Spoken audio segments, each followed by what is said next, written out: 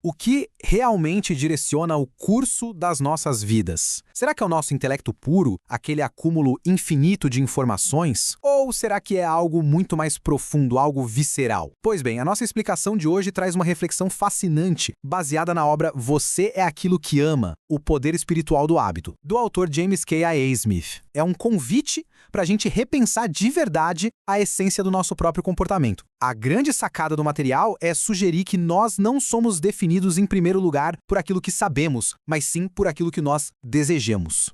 E isso nos traz a uma provocação inicial bem direta: o que nós realmente amamos. É muito fácil dar uma resposta automática para isso, citar o que achamos que deveríamos amar, aquelas respostas prontas. Mas, se a gente afastar as formalidades e olhar para a realidade nua e crua das nossas rotinas, a resposta pode ser, no mínimo, surpreendente. Nossos hábitos diários, na verdade, entregam de bandeja os nossos verdadeiros amores. E essa pergunta é a base para a gente entender as forças invisíveis que guiam as nossas ações todos os santos dias. Parte 1. O motor da nossa existência. O coração como bússola. Isso nos leva a uma revelação e tanto. Durante séculos, fomos ensinados a enxergar o ser humano simplesmente como uma máquina de pensar. É aquele paradigma racionalista, sabe? Imortalizado por Descartes. Somos o que pensamos. A gente acaba acreditando que, se despejarmos informações no cérebro, o comportamento vai mudar num passe de mágica. Mas aqui, resgatamos uma sabedoria antiga, lá de Agostinho, que diz: nós somos o que amamos. Nosso coração funciona como uma bússola, é o verdadeiro motor da nossa existência. Pensa bem, se fôssemos só criaturas pensantes, bastaria ler um manual de dieta para nunca mais comer mal, certo? Só que a nossa vivência diária mostra que a banda toca de um jeito bem diferente. Tem uma citação genial do autor de O Pequeno Príncipe, o Antoine de Saint-Exupéry, que capta isso com perfeição. Olha só, se quer construir um navio, não chame as pessoas para juntar madeira, ensine-as a desejar a infinita imensidão do oceano. Ou seja, a verdadeira motivação não nasce de um manual de instruções ou de uma lista de tarefas. Para engajar pessoas, seja liderando uma equipe no trabalho ou educando em casa, a gente precisa capturar a imaginação. Precisamos treinar os anseios. Quando o desejo pelo destino cria raízes no coração, as ações para chegar lá acontecem de forma muito natural. Parte 2. O poder oculto do hábito. A distância entre o saber e o fazer. Entender essa dinâmica ajuda a resolver um dos maiores dilemas da humanidade. Afinal, todos nós sabemos qual é o caminho certo na vida financeira, na saúde, no trabalho, mas, vira e mexe, a gente falha na hora de executar. E por que isso acontece? Porque os nossos automatismos acabam superando as nossas intenções intelectuais. E é aqui que entra Agostinho de novo com uma metáfora belíssima. Meu peso é meu amor. Para onde quer que eu seja levado, é ele quem me leva. O amor funciona como uma gravidade espiritual. Do mesmo jeito que a gravidade física puxa um objeto para o chão, os nossos amores fundamentais nos puxam incondicionalmente para os nossos objetivos finais. Aquilo que fazemos no piloto automático mostra, na prática, qual é o peso que direciona a nossa vida. E a grande pergunta é: como mudar essa gravidade? O autor usa uma analogia excelente sobre a alimentação. No primeiro dia temos a tomada de consciência, ou seja, o saber.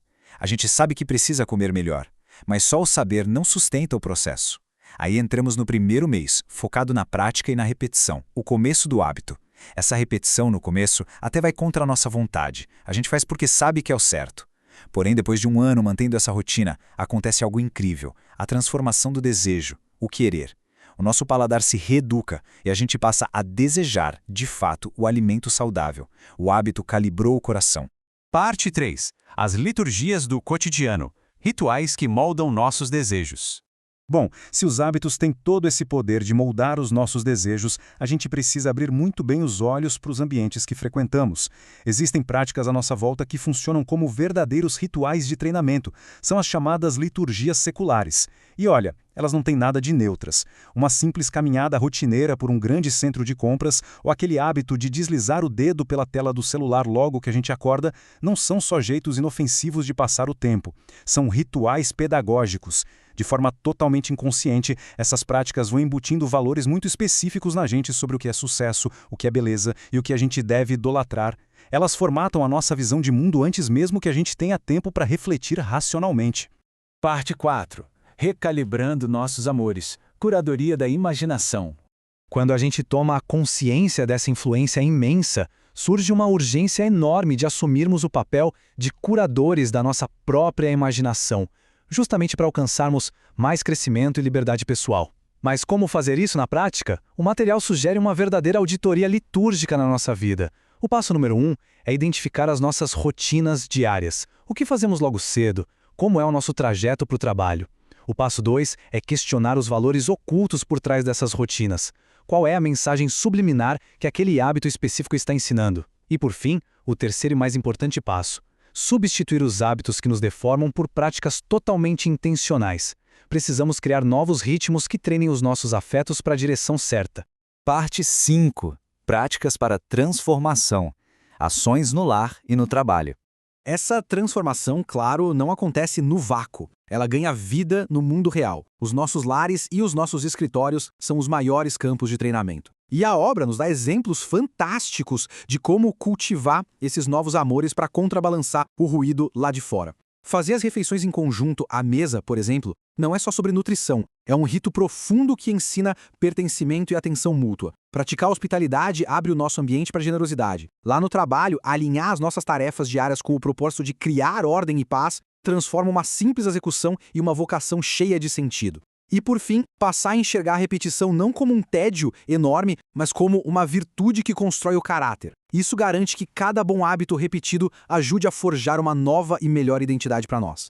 Roteiro e apresentação, canal do YouTube Terceiro Cérebro. Criado para quem busca conhecimento, crescimento e liberdade pessoal. Nossa jornada de hoje foi justamente para expandir a compreensão e trazer ferramentas sólidas e totalmente aplicáveis para o dia a dia.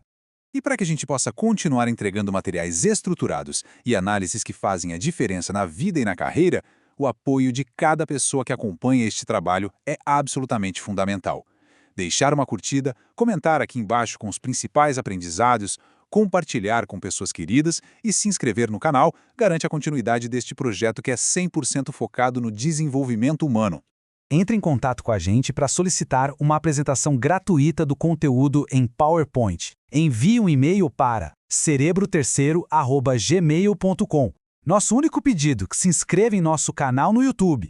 Como toda boa explicação exige bases muito sólidas, estas são as referências bibliográficas que utilizamos para construir essa narrativa. Temos aí a obra Você é Aquilo que Ama, O Poder Espiritual do Hábito, do autor James K. A. Smith, as clássicas Confissões de Agostinho e O Pequeno Príncipe do Saint-Exupéry. São leituras que resistem ao teste do tempo e continuam a iluminar o nosso entendimento sobre os hábitos, os afetos e a nossa capacidade constante de mudança. Chegamos ao fim da nossa reflexão.